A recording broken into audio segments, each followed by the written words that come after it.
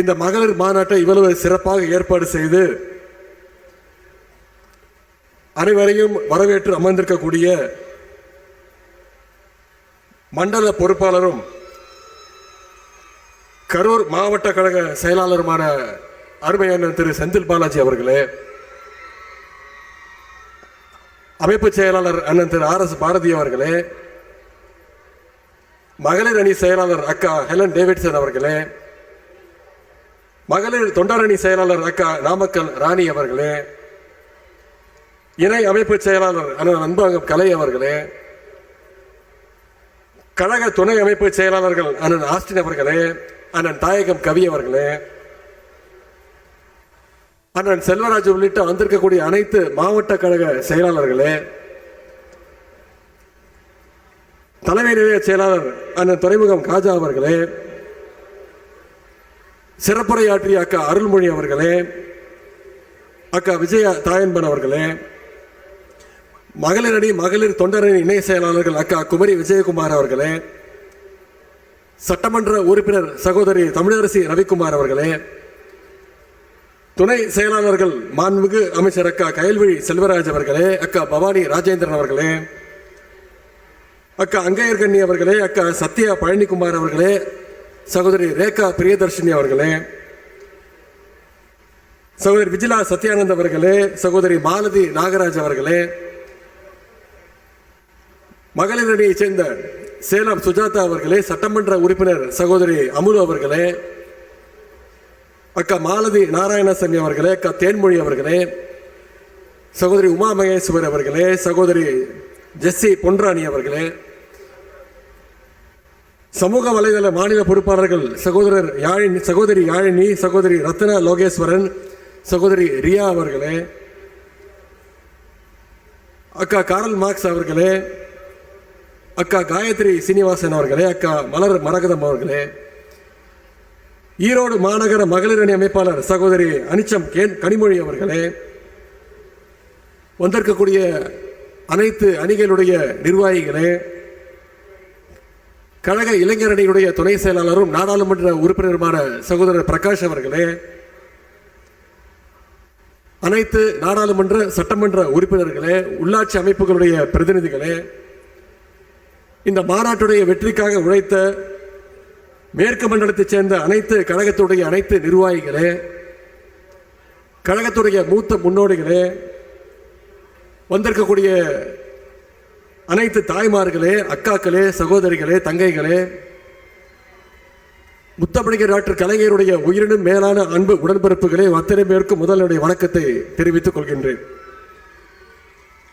இன்றைக்கு பல்லடத்தில் கழகத்துடைய மேற்கு மண்டல மகளிர் அணி மாநாடு மிகுந்த எழுச்சியோடு சிறப்பாக நடைபெற்றுக் கொண்டிருக்கிறது.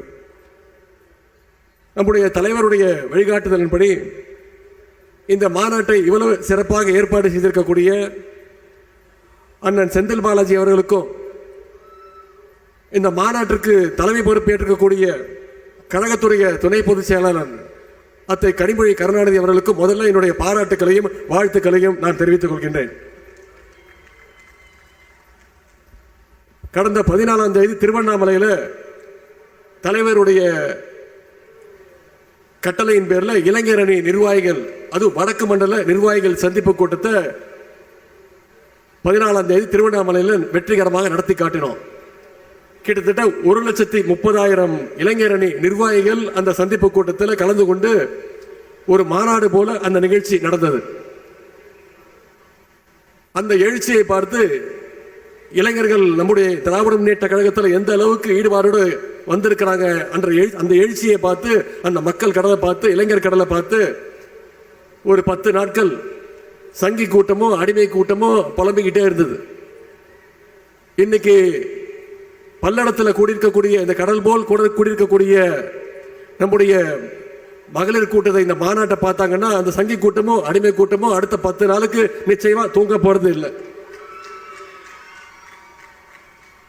நம்முடைய தலைவர்களுடைய எழுச்சியை பார்த்து, அந்த மக்கள் கடலை பார்த்து, இளைஞர் கடலை பார்த்து ஒரு 10 நாட்கள் சங்கி கூட்டமோ அடிமை கூட்டமோ புலம்பிக்கிட்டே இருந்தது. இன்னைக்கு பல்லடத்தில் கூடியிருக்கக்கூடிய இந்த கடல் போல் கூடியிருக்கக்கூடிய நம்முடைய மகளிர் கூட்டத்தை இந்த மாநாட்டை பார்த்தாங்கன்னா அந்த சங்கி கூட்டமோ அடிமை கூட்டமோ அடுத்த 10 நாளுக்கு நிச்சயமா தூங்க போறது இல்லை. நம்முடைய தலைவர்களுடைய நல்லாட்சிக்கோ தலைமைக்கோ மகளிர் மத்தியில் கிடைத்திருக்கக்கூடிய அந்த வரவேற்புக்கு இங்கே திரண்டிருக்கக்கூடிய இந்த மகளிர் கடலே ஒரு சாட்சி. இன்னைக்கு தமிழ்நாடு மகளிர் மட்டுமல்ல, இந்தியாவில் இருக்கக்கூடிய அனைத்து மகளிருக்குமான உரிமை குரலாக நம்முடைய கழக தலைவருடைய குரல் இன்னைக்கு ஒலித்துக் கொண்டிருக்கிறது. அதுக்கு ஒரே ஒரு எடுத்துக்காட்டை இங்கே நான் குறிப்பிட விரும்புகின்றேன். 2 நாளா சோசியல் மீடியால இங்க வந்திருக்கக்கூடிய சகோதரிகள் நீங்க பார்த்திருப்பீங்க. சோசியல் மீடியால ஒரு வீடியோ மிகுந்த வைரலாக போய்கொண்டிருந்தது, அதிகம் ஷேர் செய்யப்பட்டது, தொலைக்காட்சிகள்ல ஒளிபரப்பப்பட்டுச்சு. ஜம்மு காஷ்மீர் மக்கள் ஜனநாயக கட்சியினுடைய தலைவர் முன்னாள் முதலமைச்சர் சகோதரி மெஹபூபா முஃப்தி அவர்களுடைய பேட்டி ஒளிபரப்பாச்சு. அவர்களை அம்மையார் அவர்களை காஷ்மீரில் இருக்கக்கூடிய ஒரு பத்திரிகையாளர் சந்திப்பில் கலந்து கொண்டாங்க. சகோதரி மெஹபூபா முஃப்தி அவர்கள் தங்களுடைய தாய்மொழி காஷ்மீரில அவங்க பதில் கொடுத்துக்கிட்டு இருந்தாங்க. கேட்கிற கேள்விகளுக்கு